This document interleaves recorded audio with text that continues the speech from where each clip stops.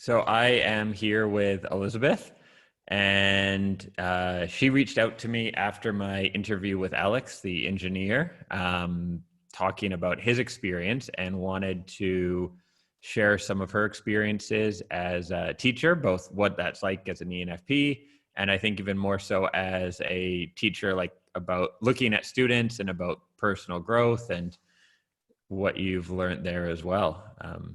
Take it away. Yeah.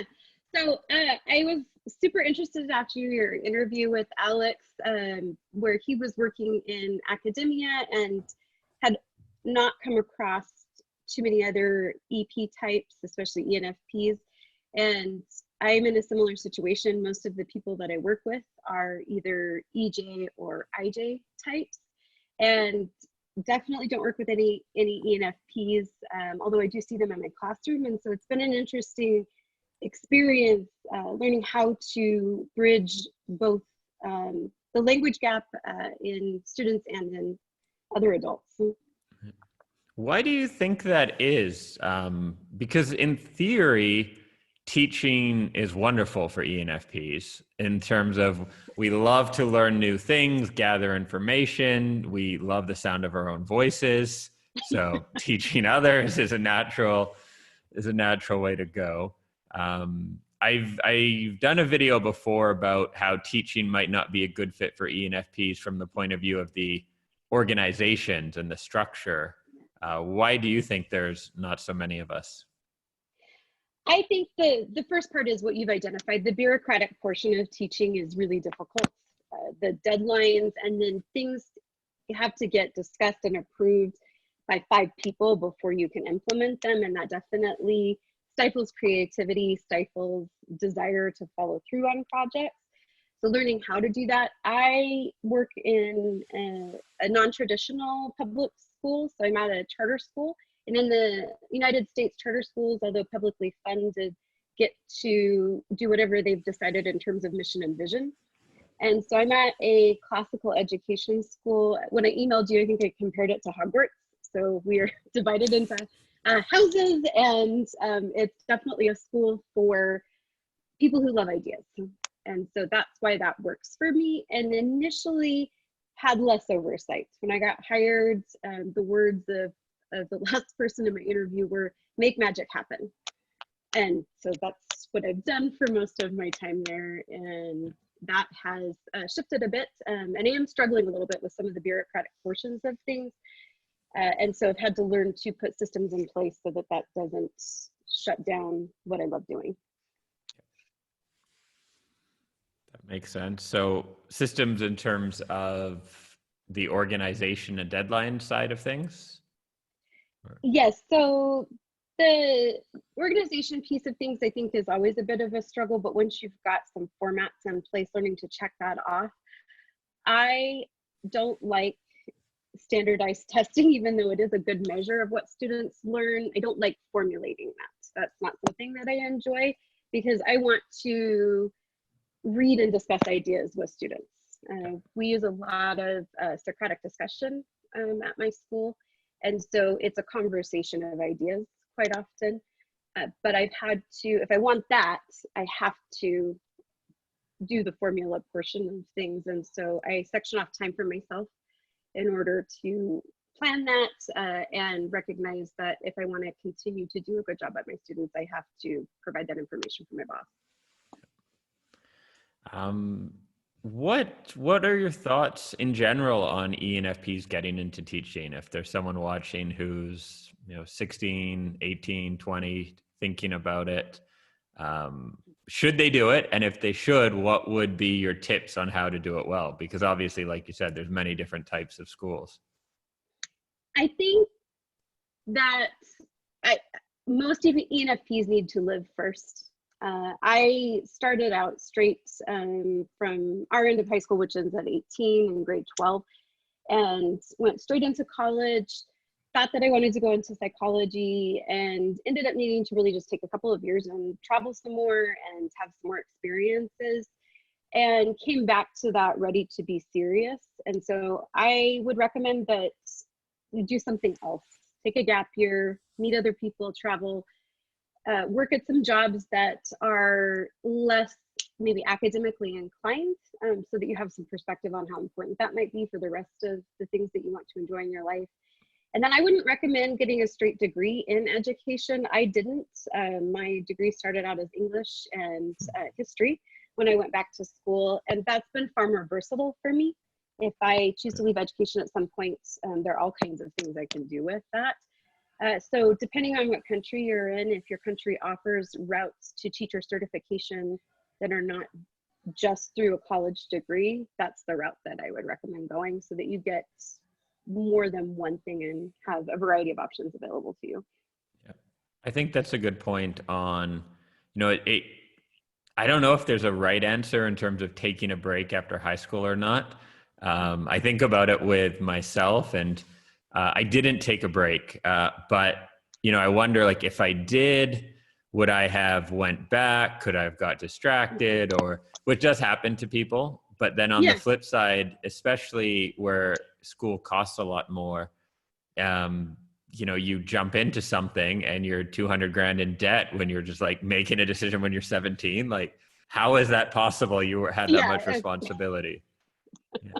Yeah. I think for that reason, weighing those things, and if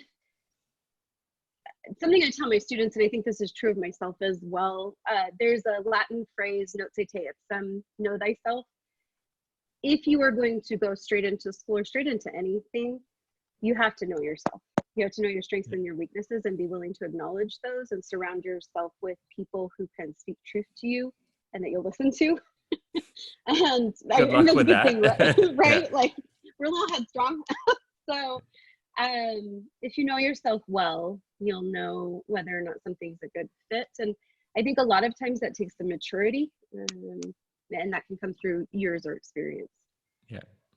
I guess keeping your options somewhat open, like you mentioned, you didn't do an education degree, I think is probably a good move. I did psychology for my degree and did not know the route I would go down.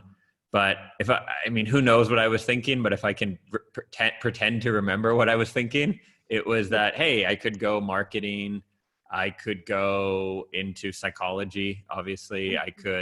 I think Mark Zuckerberg's degree was psychology and a minor in programming. I remember, you can go different ways. I was like, okay, I'm learning about people. I can probably apply that to business. If I want to later do an MBA on a psych degree, I'm sure that would work fine. And even things like engineering, which are more specific. I know a lot of engineers who don't go into engineering, but it trains them how to think, how to sort of process things and structure your thoughts. And then you can go on and do a lot of other things, I'm sure. Versus some of the degrees that are very narrow, and then it's like, that's all you can do. Yeah. Yeah, I think ENFPs, especially, we need options. Every season of your life looks a little bit different. And even now, I'm close to 40, but I love teaching, but I don't know that I'll stay here forever. I'm in process on finishing up my MFA and started a business. And so who knows? Yep. I think that's the new normal. The good new normal is I don't know what it is, if it's 7 years, 5 years, but I think that's probably pretty healthy for growth as well, to be changing direction, because you tend to grow more with a new challenge and something, with some novelty. Yes, agreed. For someone who, so I couldn't quite tell, was that a polite answer to say rethink teaching? Like, take some time before you jump in, or? I think that teaching's amazing, right? I get to be around people all day long. Every day and really every year are different because you have a new set of students that are coming in. Yeah. So that part of things is amazing. I am definitely not geared toward elementary kids. I don't do that level of need. They're like, too needy. And I think it's amazing that people can do that. I love high school students. They're transitioning into adulthood and questioning ideas and who they are, and that process of figuring that out. And that's such a cool thing to stand next to some of those students and watch them change over the years. I work at a small school, so I get to see their full transition from freshman into graduation. Yeah. And so I think if you enjoy those kinds of things, it's a good environment. But again, options open. Life constantly changes. I'm like right now, right? This is not what I signed up to do, to teach in front of a computer. And so that's fair. Being willing to relook.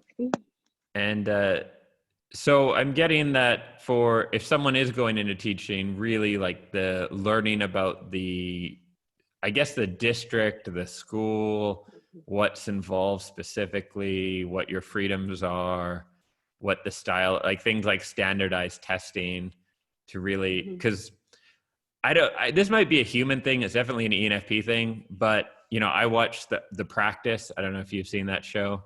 The lawyer show and I was like, oh, I want to be a lawyer. This is great. You just like think of a really creative, semi-illegal way to get your clients off and then just hang out and do nothing. It's great. No paperwork. And I'm sure there's ENFPs who've seen like Dangerous Mind or whatever the newest version of Dangerous Mind is. And it's like, cool, I'll just like change lives and have these challenges. And you probably want to get a sense of what the reality is, good or bad, right? It might not necessarily be a bad thing, but what does like real day-to-day work look like?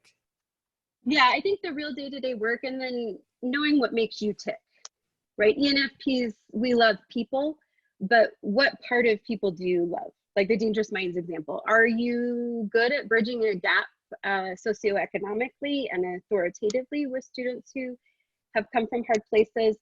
Or do you need to be helping refine students who've got great ideas already and a really strong support background, and you like working with families? So those pieces of things. And I think, that takes you go volunteer, see what's happening, talk to other teachers.